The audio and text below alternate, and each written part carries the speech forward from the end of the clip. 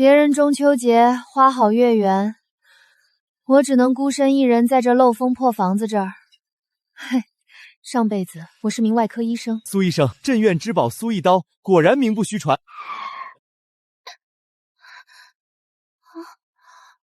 我怎么穿越到了这里？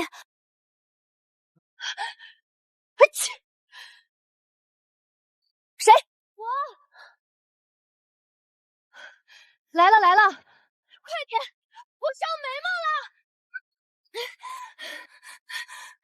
你快跑吧，这包袱里有我的一身棉袄棉裤，2块月饼，4个馒头，还有我好不容易攒下来的几串铜钱，你拿着赶紧走。我为什么要跑？你慢慢跟我说。今天不是过节吗？我们回祖屋吃饭，我祖母一上桌就骂我，非让我以后离你远点，我根本没当回事。可后来她说漏了嘴，说你祖母已经托人去县衙门打听，准备要告你。我一听这消息，整个人都慌了，饭都没吃几口，就扯谎说肚子疼跑了回来。我回来的路上正好碰见当差的宋大山，顺口问了他一嘴。宋大山说，你祖母前2天确实去找他打听消息来着，不过被他含糊应付过去了。但他估计你祖母回头肯定又找其他衙役打听了。告我？他要告我什么？告你17不嫁。17不嫁，使常例配置。这都多少年的老黄历了，如今官府哪里还会真去追究这个？我那好祖母可真是会动心思。你还笑？这时候了，你居然还笑得出来？你快跑吧，离这里远远的。你爹娘走得早，你姐姐嫁到了隔壁村，顾不上你。你哥哥去参军，到现在都杳无音讯。如今你孤身一人，留在这里，早晚要被你祖母给糟践死。他糟践我，又不是1天2天了。也是，你7岁那年，他为了10两银子，眼都不眨一下就把你卖过程家当丫鬟。要不是你17岁熬到脱籍回家，还不知道要在城里遭多少罪。我刚回来的时候，他还当我是个财神爷，整天对我嘘寒问暖，明里暗里都在打听我兜里的银子。花儿呀，你等会儿想吃什么呀？祖母这就给你做。你在程家带了多少银子回来呀？要不是我当时哭群，把带回来的100两银票死死捂着，现在怕是连骨头渣子都不剩了。可不是吗？他一见你身上榨不出2两油，立刻就变了脸，天天指着你的鼻子骂骂咧咧，甚至还想把你许配给镇上那个满脸横肉的张屠户做继室。所以我才一气之下从苏家搬出来，宁可住在这废弃的4面漏风的茅草屋里，也不想再多看他一眼。我原本盘算着用手里攒的这点银子去拖拖门路，再买上几亩薄地，安安稳稳做个衣食无忧的小地主，这就足够了。哼！可没想到我这好祖母如今还是不死心，非要在这个节骨眼上再给我起一次幺蛾子。所以啊，清欢，你听我一句劝，快收拾东西走吧。要是真惊动了官府，你就彻底完了。我一个孤身女子能跑到哪里去？再说我长得又这么好看，要是万一在半道上被人拐卖了怎么办？这时候了，谁跟你开玩笑？火都烧到眉毛了，你还有心思说俏皮话？三花，你放心吧，祖母才舍不得真让官府来给我指婚，一旦官府插手随便指个男人，他可就1文钱的聘礼都捞不到了。他这心思毒着呢，故意借你祖母的嘴，再通过你把话照给我，就是想逼着我害怕，逼着我跟他妥协呢。逼你妥协？可不是吗？在他的脑回路里，镇上那张屠户好歹还算知道底细，若是让官府随便指个男人，谁知道会是个什么地痞无赖。他算准了我害怕，觉得我只要一慌就会乖乖跑回去跪地求饶，听从他的安排嫁给张屠户。那能怎么办？胳膊拧不过大腿啊。你天天说我性子倔，其实你比我还倔，偏偏闹到现在这样不可开交的局面。好啦，我知道你心疼我，你快拿着包袱回家吧。你大半夜跑出来，要是让你娘看到了，回头少不得又要挨一顿结结实实的痛骂。我爹娘那性子你又不是不知道，眼里只有那2个宝贝弟弟，横竖我是他们家第3个女儿，在这个家里过1天算1天，倒是不怕他们。可你这事儿，我的好姐姐，我心里有数，你快回吧，别让你娘起疑。宋氏这个人心思实在歹毒，他自己得不到的，能愿毁了。若是我执意不肯听从他的摆布，他真能做得出上县衙告我17不嫁的狠事。既然来到了这个吃人的世界，再像前世那样奉行不婚不育，确实太扎眼了。我必须得想个办法跟这世道妥协，但前提是一定要守住我的底线。看起来原先安稳立女户的计划得变一变。鬼天气，真要冻死人了！要不是为了装着穷困模样不敢添置新衣，我至于大清早在这受罪吗？苏家妹子，大清早的，你怎么在这儿？宋大哥，我专程在这里找你。找我？三花昨晚火急火燎跑来向我打听宋老太太告状的事儿，今早苏清欢就来堵我。难道她知道自己要被宋老太太逼嫁了，急得想自己找个人嫁了？比如看上我了？苏家妹子，你找我归找我，但我得先跟你说明白啊！我在攒钱，我要攒钱娶三花的。宋大哥，你别紧张，我不是来找你要名分的，我是来给你送银子呀。送银子？清欢妹子，你有什么发财的路子吗？不瞒你说，我现在想银子都快想疯了。三花她爹娘早就放出狠话，没有66两银子的聘金，就不让我娶三花过门。这方圆10里8乡的聘金行情顶巅也就10两，20两都让人眼红了。他们家简直是狮子大开口，村里人都嘲笑他们，说三花再好看，再泼辣也不能当饭吃。可我稀罕她呀，我愿意娶。但我家为了给我谋这个衙役差事，早就掏空了家底。我爹娘现在就指着我娶个县里富户的女儿，好带大笔嫁妆过来，是绝不可能同意我花这么多银子去娶三花的。宋大哥，刚刚还叫我苏家妹子呢，这一提银子，立马就成清欢妹子了。这……宋大哥，我请你帮个忙，只要这事儿办成了，我给你70两银子。当然，这事情肯定需要你花银子去打点，至于打点完剩下多少，全是你自己的。这都过去好几天了，一点消息也没有，那可是我足足1半的积蓄，这是50两银子的定钱。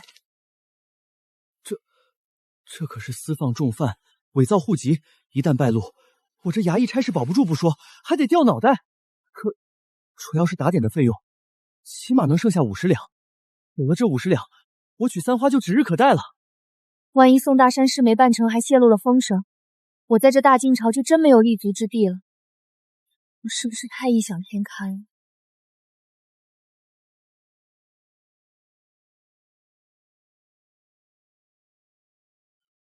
妹子，快开门，人给你带来了。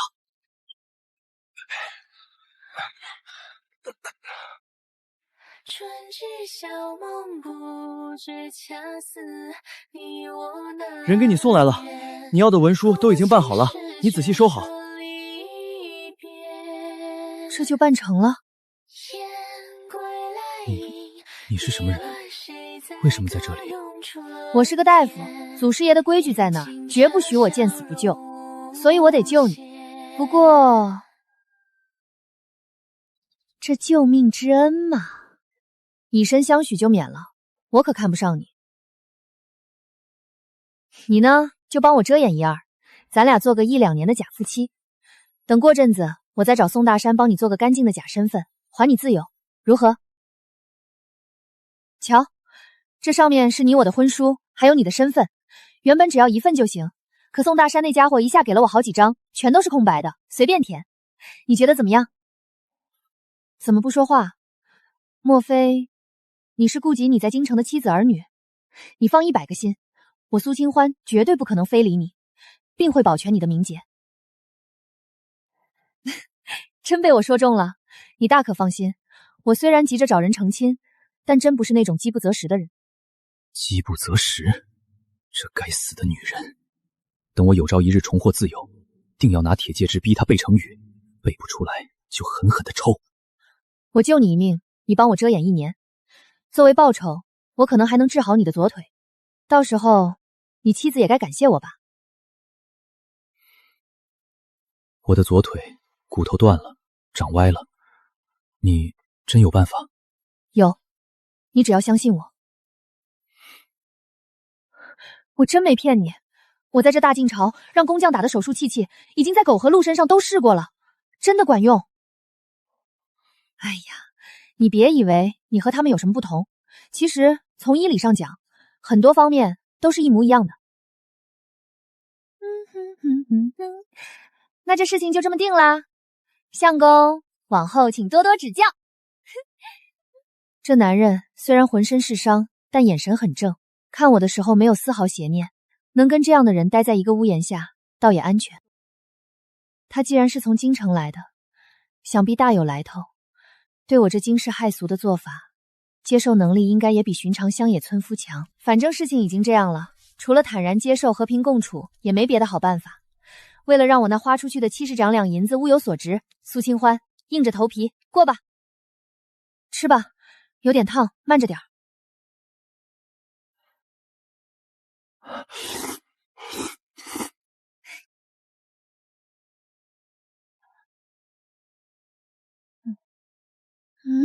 看什么看？你是病号，今天才有面条和鸡蛋吃。等你伤好了，也得跟老娘一样，天天啃窝窝头。我手里仅剩30两银子了，这四面透风的破房子得修，你这个烧钱的病客还得养。原本买地当小地主的计划，现在看来是遥遥无期了。多谢。倘若他刚才苏清欢所说所做的一切，全都是真的，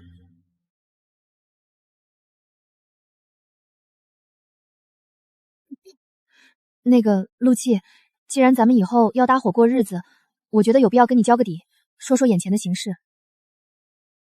宋老太太成天逼着我嫁人，还有张屠夫总来纠缠，回头村里李正肯定还要上门盘问，咱们得提前想好怎么应付，到时候口径得对得上，半分破绽都不能漏，左邻右舍的眼光也得顾着，总得把这阵子先熬过去。我巴拉巴拉说了这么多，你到底听明白没有？你真的听明白了？明白了。明白你个大头鬼！我再说一下最要紧的养家糊口问题。我现在手里只剩下一点点银子，买房是指望不上了，这个破房子也根本不能过冬，到时候咱们还得找个能遮风挡雨的屋子。还有，你身上的伤需要许多药材，有一些我能上山采到，另外那些必须得花银子去镇上买。眼下秋天，山里的药材多，我得快些采药，应该能攒出些冬天的柴火和米面钱。最重要的一点，对外你千万不能说是入赘，你必须得装出很厉害的样子，要能镇得住我那极品祖母他们，保住咱们这点家田，知道吗？知道。假装真知道好了。往后你在村里，你的身份越是讳莫如深就越好，越能装越行。对外我就说你是我从前遇到过的贵人。你从前？从前我在县中程家做丫鬟，那家老爷是个退下来的官员，所以能在程府认识些经理的贵人，也不算什么奇怪的事。程家，不说了，我要去外面翻翻药草。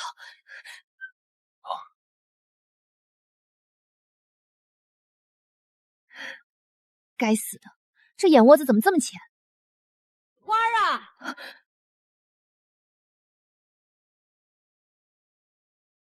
祖母怎么来了？我已经把镇上张家的聘礼收下了，你别在这儿闹脾气了，赶紧进屋收拾收拾东西，跟我回家准备成亲。要是我不回呢？祖母大概是贵人多忘事，主家当年怀给我的卖身契，现在就在我手里。你想再把我卖一次，按律法可是不成的。我是看你可怜，诚心给你找户好人家。当初要不是我好心把你送到县中程家，程家大少爷能看上你。只可惜你自个儿狐妹子手段不够，把握不住机会，还有脸在这儿跟我提卖身契。你跟了程大少爷那么久，早就不清白了。如今镇上的张屠户愿意要你，还不是亏得我在中间帮忙说和。花儿啊，好孩子，我还能害你不成？瞧你这孩子，定是心里同意了，害羞的不好意思跟祖母开口吧。行了，跟我回去吧。清欢是我娘子，你想把她带走，经过我同意了吗？我看在这村里，谁敢逼我的娘子再嫁？相公，早上不是让你多在床上睡一会儿吗？你怎么自个儿起来了？昨晚你那么辛苦，身子还没大好呢。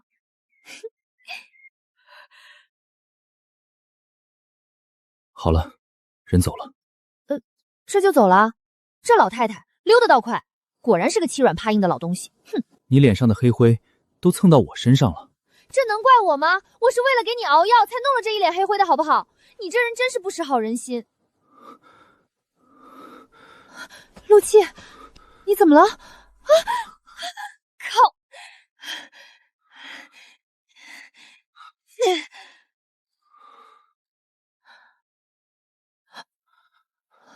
烧成这样，刚才居然还硬撑着替我出头。算了，看在你这男人还算知恩图报的份上，我这70两银子也不算白花了，只是这伤口，瞧着我都替你疼，真是心肝肺都疼。还好，身上的伤虽多，但这次昏厥主要是因为伤口炎症引起的高热，得赶紧想办法降温消炎。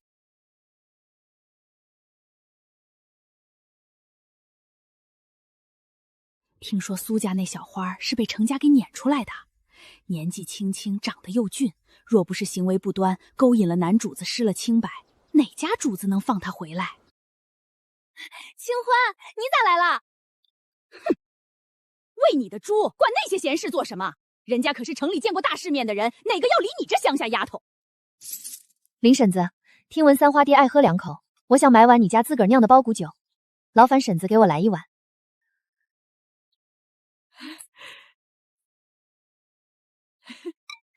娘，我去打酒！你这个吃里扒外、胳膊肘往外拐的死丫头！清欢啊，以后家里要是还要用酒，尽管来婶子这儿买呀。你买酒做什么用？下次需要了直接悄悄告诉我，我从家里给你偷一碗出来便是了，哪里用得着花钱？我娘那人整天就只知道盯着钱眼。好，三花，你的心意我领了。不过这酒我是急着给家里来的客人用的，马虎不得，我先回去了。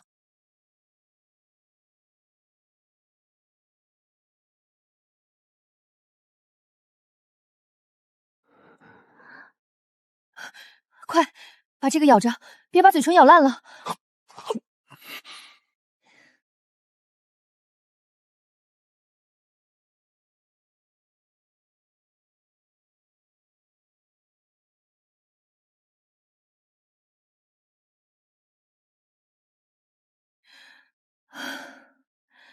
好了，烧酒擦过能退热，我现在去给你熬药。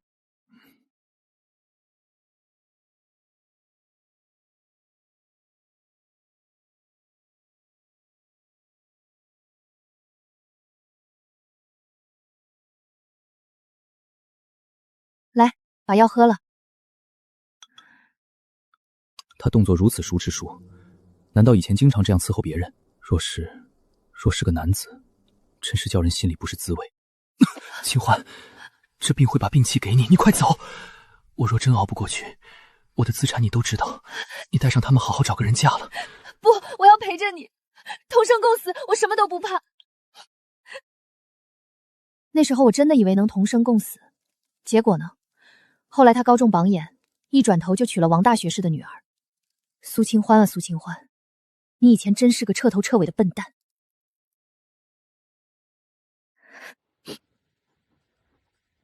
他心疼的果然不是眼前的我，而是他的过去和那个男人。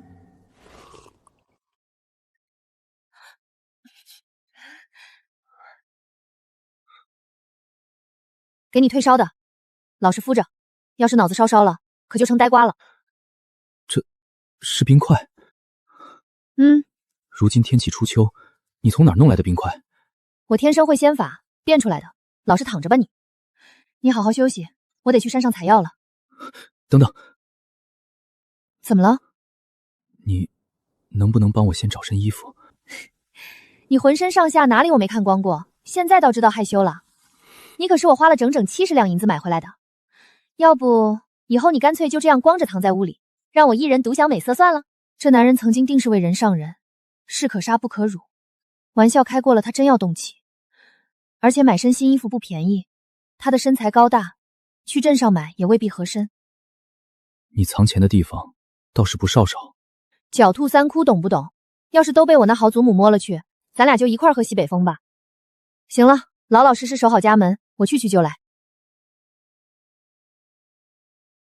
清欢，你这是做什么？三花，我想用这串钱跟你换一身你爹穿旧的短打。我家里那客人没件像样的衣服遮身。这值当什么？我爹好几套穿旧的衣服呢，用不着这么多钱。不过清欢，你倒是个舍得花银子的，对那来路不明的人也这么好。在这吃人的异世里，要说什么能给我一点安全感，也就只有手里攥着的钱袋子了。是啊，有银子，万事都好办。钱能买来房子遮风避雨，让我不用再住那四面透风的鬼屋。钱能买来粮食填饱肚子，让我不用再饿到眼冒金星。行了，虽然不怎么合身，但好歹有衣服蔽身了。这次我真的去后山采药了。我爱上让我奋不顾身的一个人，我以为这就是我所追求的世界，然而横冲直撞，被误解被骗。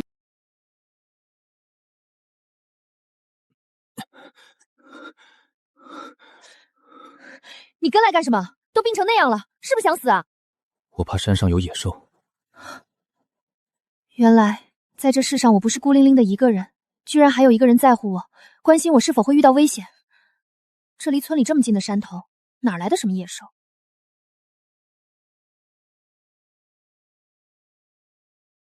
这些剩下的还小，再让他们长几天。别逞英雄，你现在是个病号，等你好起来，不帮我干重活都不行。到时候你要是不听话，我就用这刺回树枝抽你！哼！你不会。哼哼，到时候你就知道了，我那70两银子可不是白花的。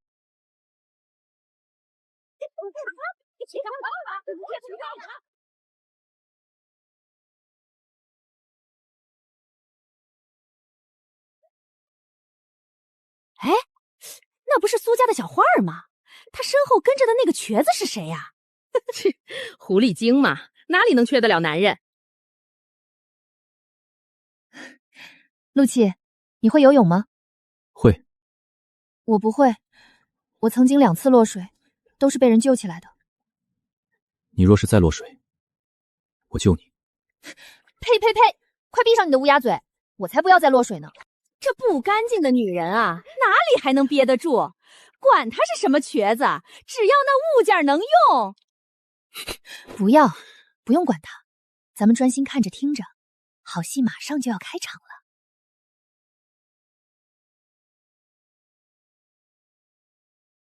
姓钱的，你指桑骂槐说谁呢？你当谁都跟你一样，离了男人就活不成？你男人整天把你打得连你亲娘都认不出来，转过身去，你还不是照样巴巴的去解人家的裤腰带？我又没指名道姓说你，你非要往自己身上扯，莫不是自己心中有鬼？这日子没法过了啊！天杀的，撇下我们孤儿寡母早早走了，现在是个人都能来欺负我们。明日我就上县城去找县太爷夫人告状去，吓唬谁呢？怎么样，有意思吧？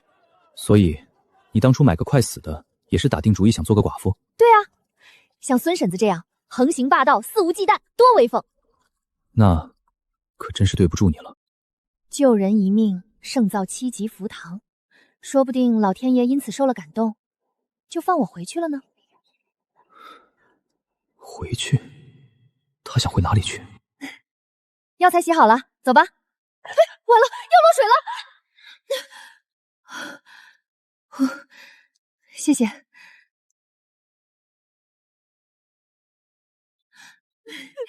孙婶子，你家还有大公鸡吗？我听说集市上70文一只，我给你80文，给我挑只大的，再给我来10个鸡蛋，都按市价算。好嘞，清欢，一会儿你直接来婶子家。谢谢婶子，我相公身子骨弱，往后要多买些好东西补一补，可能还要经常麻烦婶子呢。哎呀，麻烦什么？不麻烦不麻烦。清欢啊，婶子多嘴问一句，你这是什么时候成亲的？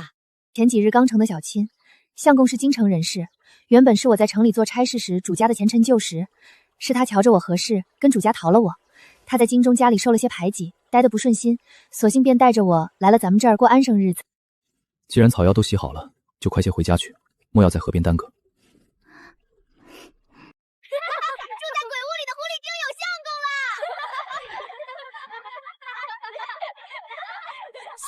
吓死你们！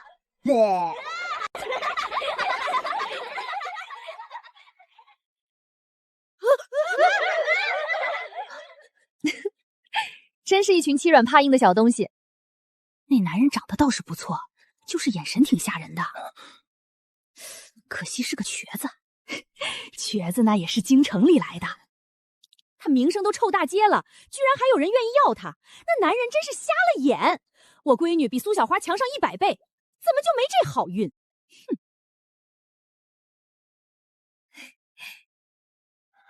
你给我老老实实的床上躺着，要是再敢乱动，我真的要动手打人了。你每多吃我1天药，那可都是白花花的银子。若是病情反复，废了药材，我唯你是问。等等，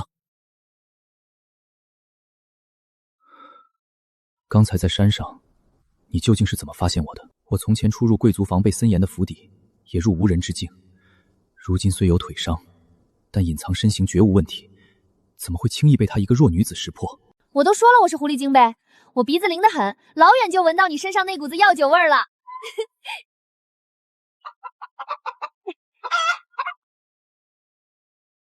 今晚你可有口福了，等我给你露2手：鸡肉炖蘑菇、麻辣鸡翅、酱焖鸡爪。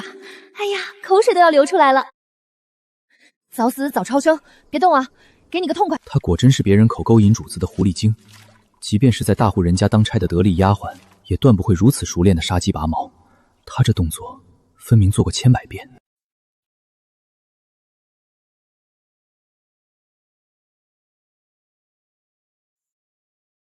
我尝尝那个，我喜欢吃辣。不行，你身上还有那么重的外伤，不能吃发物，更不能吃辛辣。没关系，我不碍事。不行，在这个屋里我是大夫，你必须得听我的。等你身上的伤彻底好了，我再做给你吃。不过到时候最多也只能分你一半。你喜欢吃这些骨子关节？当然了，这才是人间美味。陆琪，虽然你是我花银子买来的相公，但我这人向来通情达理，对你也没太多要求。不过这规矩得先立下，往后我不喜欢的话题你得避开，我喜欢吃的东西你得让给我。要是外头有人欺负我，你得保护我，当然是在你能自保的前提下。至于其他的，等我以后想起来了再添。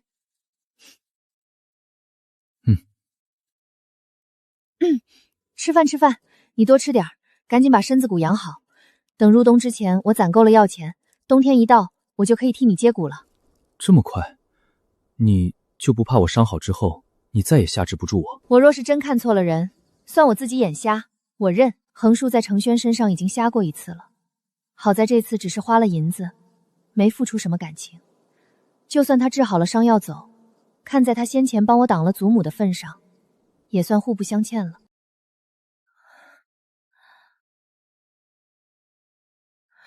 陆琪，你睡着了吗？没有。冷不冷？不冷，身上已经不难受了。被子给你。这屋里冷得很，那你把身下的褥子扯起来，铺一半盖一半，遮遮寒气。咱俩都睡不着，要不你给我讲个鬼故事解闷儿？我从前没听过这些，不会讲。不讲就不讲。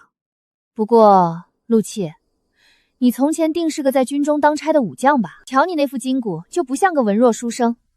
更况且你双手的虎口和掌心里全都是常年握重兵器磨出来的硬茧。文人的手如那程家大少爷，虽也握剑，但十指修长细嫩，而我这双手骨节粗大，满是杀伐厚茧，他观察得到真细致。话说那书生夜宿兰若寺，遇上了绝色女鬼小倩。不说了不说了，吓死人了，我要睡了。以后夜里打死我也不说这些乱七八糟的了。其实这世间鬼神也好，妖魔也罢，皆有善恶。那细折子里写的人心险恶，比起鬼怪有过之而无不及，凡人又有什么资格去嘲笑排挤他们？就是这个理。我先把昨晚剩下的饺子和饼热一热，咱们今早将就着吃一口。今天是初五，恰逢镇上赶集，我一会儿得去把积攒的草药给卖了，顺道再买些过冬的物事回来。瞧见没，我藏钱的本事那可是一流的。丫丫，陆琪，你快看，你笑起来竟然还有酒窝呢，真是不公平，我自个儿笑起来就什么都没有。可你笑起来的时候，眉眼弯弯的，当真好看，就像秋日里最和煦的暖阳一般，一点也不刺眼，叫人心里亮堂。不跟你扯了，我先出去打水洗，你老实待着。我错了，他百里说自己落过2次水被救，看来那经历真给他留下了极深的阴影。可更古怪的是，他昨晚还一直念叨着什么要回去吃鸡，那语气兴奋的倒真像是带着人在围捕猎物一般。对骨折复位胸有成竹，异于常人的灵敏嗅觉，随手用消食便能变出冰块，非我族类，其心必异。难道苏清欢根本不是寻常的凡人，而是那山野间修行不通世俗礼教的狐妖所变？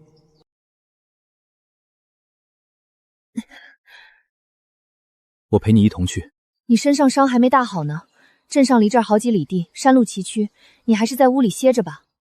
无碍，走吧。行行行，你若是非要去，那咱们就去村头坐豆腐王的牛车，这样也好，正好让村里那些长舌妇瞧瞧我有相公了，省得我那极品祖母整天惦记着整些幺蛾子。清欢啊，这就是你花钱买回来那个啊？哎呦，模样是真俊。小娘子，你这药材炮制的手艺见长，处理的干净。这筐草药我给你算300文。这差不多是我辛辛苦苦挖了5天的药，1个月下来，顶多也就挣个不到2两银子，已经很多了。以前在京里修缮公盐的顶尖工匠，1月也不过3两银子。寻常做苦役的力巴，1个月才500文。她一个弱女子能挣这些，确实不易。比上不足，比下有余，凑合过吧。先前给你用了不少好药，我可都没算进账里呢。而且我还在山里盯上了几味贵重药材，一直没舍得采。走，咱们买东西去。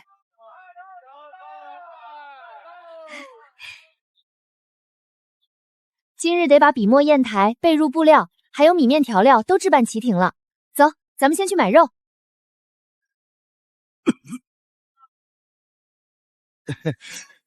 苏姑娘，这肉你拿回家去吃。你跟我客气给钱，那就是打我张大哥的脸。那怎么行？张大哥做生意也是要养家糊口的。我相公最是个喜欢吃肉的，以后少不得还要经常来你这儿买。你要是不收钱，我以后哪里还好意思再上门？他名声坏了，我原以为能娶她给豆子当后娘。宋老太太收了我20两银子，信誓旦旦说能成，可瞧瞧她相公，这么标致的姑娘，活该找这样的男人吧？不对，那男人虽好，却是个瘸子，他分明还做姑娘打扮，还没真正成亲，我不能就这么放弃。老邻居，帮我照看一下豆子，给他买俩馅饼充饥。这肉摊我不摆了，有急事得去一趟隔壁村。手里这些重不重？要不分我一些？不用，很轻。你真是我见过的生命力最顽强的病患。天不亡我，能在生不如死的流放折磨中活下来，如今在嬉闹的人群中看着身侧笑颜如花的娘子，这种心声以前真是不敢想。不管他是鬼是妖，有他便有希望。那咱们回去吧，坐豆腐王的牛车，2文钱一个人。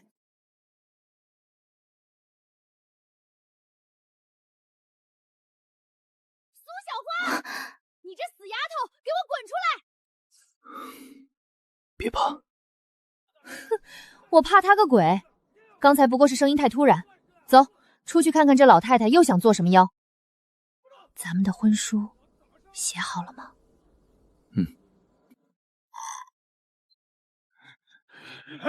苏清欢家哟，来得挺齐整啊！你们这是要上天跟太阳肩并肩吗？宋氏一共4个儿子，大伯苏明荣和二伯苏明义娶妻生子，连孙子辈都有了，一大家子挤在一起不分家。我那个已经过世的便宜爹排行老3，我姐姐前几年被高价彩礼卖到隔壁村断了联系，哥哥去参军7、8年了无音信，四叔入赘城里不怎么回来。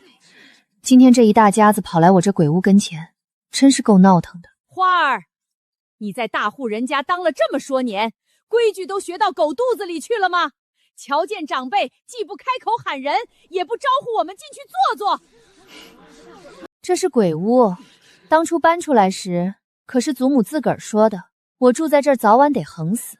我苏小花命硬倒是不怕，可不敢连累你们一大家子死在这儿。不进去就不进去吧，今天来说正事。我讨厌宋氏，但更讨厌这老苏头，家里的坏主意全是他定下的，偏生每次都要宋氏出头当刀，自己躲在后边乐享其成。如今村里人都传遍了，说你嫁了个京城来的，你攀上了高枝，我们自然也替你高兴。但你当初私自搬出来，现在成亲也不知会家里长辈，这可不合规矩。哦，生米都煮成熟饭了，祖母，您现在来说规矩，是不是有点太晚了？你年纪轻，我们不跟你一般见识。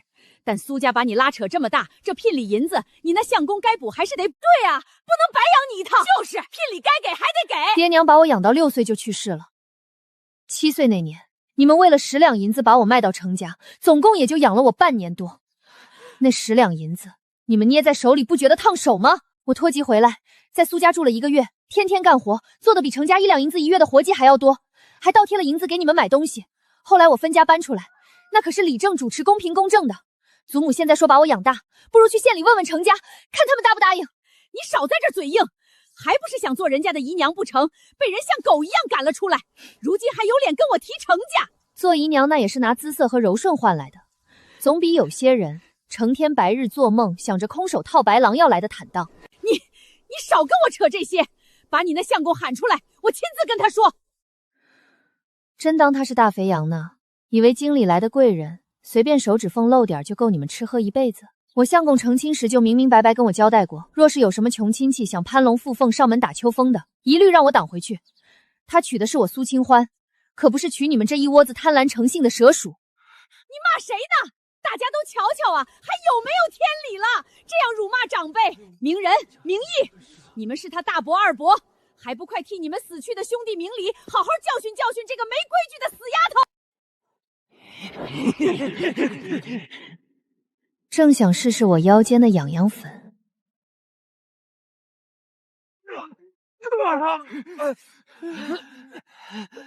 我的娘子，除了我，谁敢动她一根指头？陆气，你刚才那一手飞石简直绝了，真是条汉子。你刚才为什么要故意激怒他们？你根本不知道我能动手，若是我没能护住你，他们人多势众把你扭住，你待如何？我有防备啊，我这药包里装了能让人皮肉溃烂发痒的药粉，解药只有我有，谁怕谁啊？愚蠢，你以为他们是什么人？不就是一群欺软怕硬的乡野庄稼汉？人心险恶，他们若是真将你拿住了，为了逼你交出解药，对你动用私刑，严刑相加，你该如何？这随意放出你忤逆不孝的传言，即便把你折磨死了，他们也只当是为民除害，民不告官不究，这就是人心。难道他曾经也是被最亲近的亲人这般残忍算计伤害过？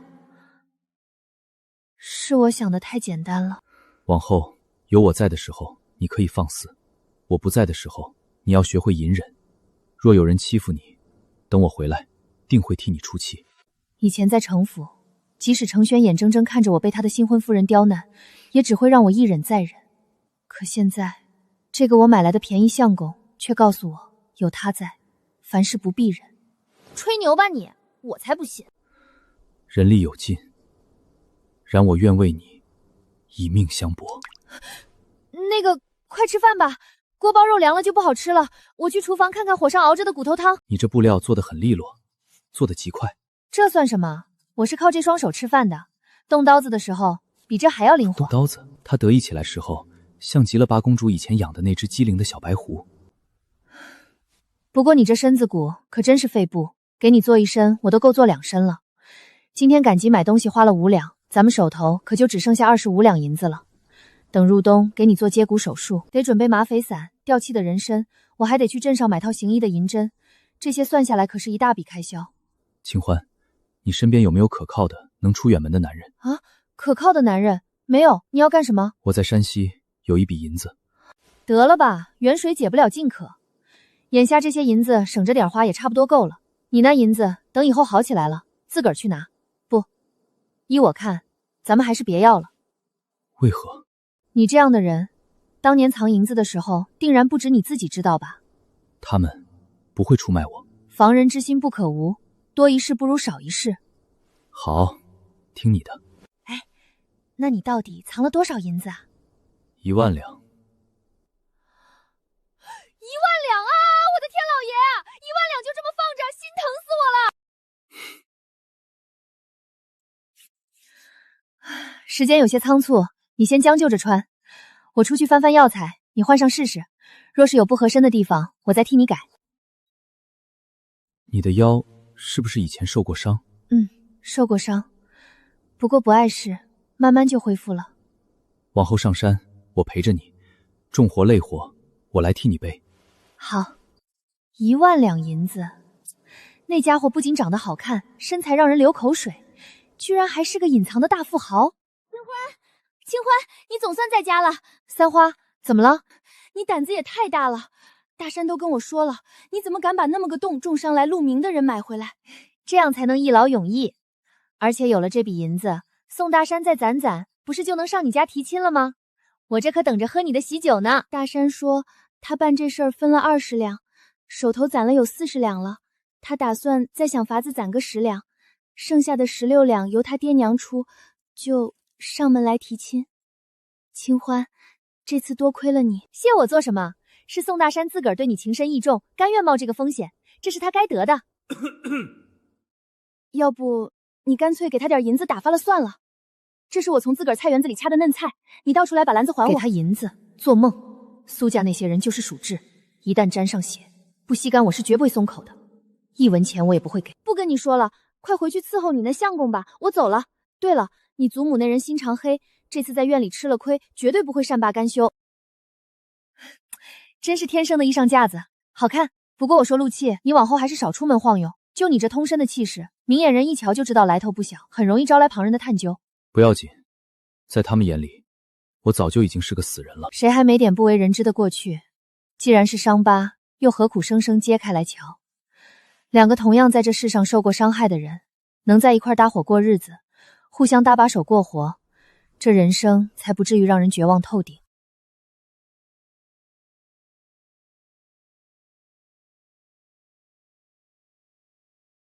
清欢，清欢，快起来！怎么了？外面有人。什么？谁？有2个人，听那杂乱沉重的脚步声是男人。你别害怕，有我在。大半夜的，到底是谁摸到我这破屋来了？不好，他们在往外墙泼东西。是桐油！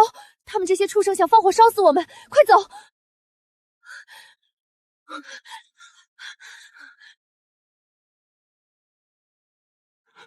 半夜3更杀人放火，我还真没瞧出来，咱们苏家的男人居然有这等天大的胆色。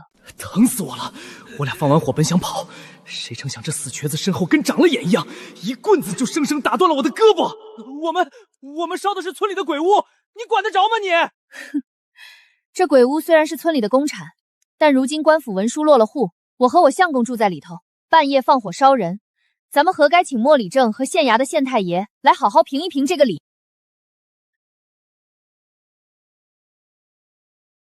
莫村长，是自家小孩子不懂瞎胡闹，让您跟着费心了。既然大家都没什么大事，都散了吧，散了吧，我们带回去自个儿管教。半夜杀人放火要人性命，你一句孩子不懂事，就想轻飘飘的抹过去？我娘子早已与我成婚，绝非苏家人。今日之事，若是公了，咱们直接去县衙对簿公堂，辩个是非曲直；若是私了，那苏家就当着全村人的面，自个儿清理门户吧。这老苏家的2混账小子也是猪油蒙了心，竟然敢深夜放火害命。可要是真把这事儿闹到县衙大老爷那儿去，村里除了放火杀人犯，我这李正的名声怕是也要扫地了。清欢丫头，这事情确实是你2个堂哥行事太过狠辣，犯了大错。如今这房子也烧了，你看这事儿到底该怎么办？莫大叔，我苏小花在村里遭的这些难，来龙去脉您最是清楚。就仗我今天便不跟他们翻了，但今日他们半夜放火，实在是不给活路，我也就当替我那过世的爹还了苏家一条命。告官一事我可以不提，但我从程家带出来的所有银钱家当，全部在大火里烧干净了。这笔账苏家必须给我个交代。你放屁！你个烂了心肝的死丫头！你从程家出来的时候明明是个穷光蛋，什么都没带回来。住口！你给我闭嘴！今天这事若是破财免灾，真要惊动了官府，这2个孙子不仅要坐大牢，连着村里的鬼屋公产被烧，李正也得让我们老苏家照价赔偿，到时候损失更大。衣物被褥、锅碗仆盆这些碎银子，我就不跟你们计较了。甚至我那100两银票被烧，我也可以忍痛算了。但是我夫君这次从京城大户人家出来，家里可是足足给了他3000两银票傍身的，那是我们以后安身立命的全部家底，现在全被你们苏家2个畜生烧化了。这笔银子必须1分不少的还回来。我的天老爷，3000两！老苏家这下是要倾家荡产啊！不行，不止银票，所有烧毁的器物，一个子都不能少。相公，相公，你消消气，莫大叔还在跟前呢。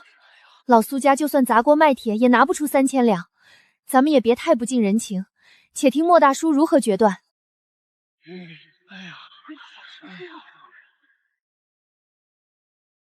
们这2个讨债的短命鬼啊！你们是要了我的老命啊！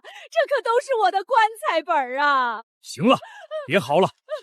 清欢，如今茅草屋毁了，村东头还有一间我自家的旧瓦房空着，你和陆爷先搬过去暂住，等以后再做打算。多谢莫大伯。陆气，你瞧见宋氏刚才那张要死要活的老脸没有？这次当真是让他大出血，爽快，简直太爽快了！你刚才也太胡闹了，我都说了人心险恶，若是我今天没能护住你，你以为那30两银子那么好拿？知道啦，知道啦，往后我一定隐忍。对了，其实我去镇上的时候，就把大半银票都换成了现银，足足20两，一早就被我偷偷埋在茅草屋后院的地里了，大火根本烧不着。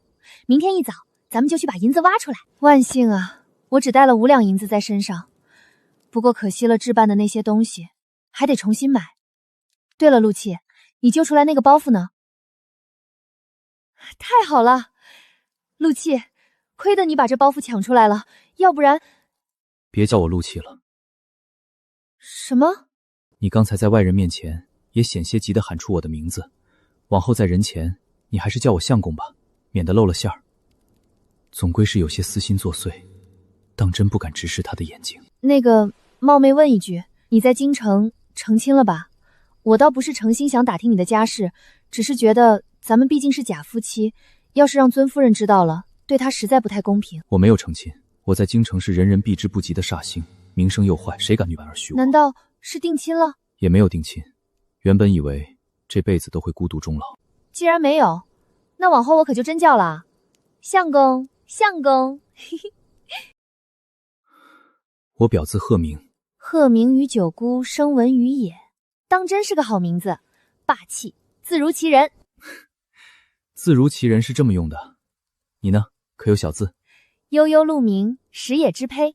我的小字叫悠悠。悠悠，悠悠，谁给你起的小字？是那个县里的程家少爷吧？他识文断字，定是那人教的。为什么我没能早些遇到他，陪他长大，教他读书，护他周全？鹤鸣，若是我告诉你，这小字是我父亲起给我的，你信吗？我信。哎呀，我又在胡言乱语了，你竟然也跟着哄我。我这世的便宜爹，下字不识一个，能起个小花小草就顶天了。我真是在说胡话。不提这些了，等回头我跟李正莫大柱商量商量，把起火的那块地皮讨要过来，咱们在那儿重新起个3间的瓦房，30两银子应该差不来了，手头紧一紧，日子总能过下去的。3间瓦房是不是有些小了？这有什么小的？横竖过个1年半载，商好了你就要走。太大了，以后你走了，我自己一个人住着反而空落落的。等你走了，我得攒钱养一条威风的大狗护院。哎呀，你别多心，我可不是把你和狗做比较，你比狗可强多了。你还是别解释了。在我们那儿，若是男人贴心粘人，那叫小奶狗；若是体力好又体贴的，那可就叫小狼狗了。口无遮拦。不过说真的，你怕不怕狗？不怕。你怕狗？实不相瞒，我嘴上说的威风，其实天生怕狗，怕得要死。你放心，往后我会护着你。京里的烈性獒犬我都豢养过几只，训得服服帖帖。有我在，你不必害怕。得了吧，我还是攒钱，以后雇个人替我看门最稳妥。盖地皮的事是鹤鸣亲自去找李正莫大伯谈的。他说他是男人，不能事事让我一个女人家冲在前面遮风挡雨。盖房的事也是他一手操办，我倒成了最清闲的那个。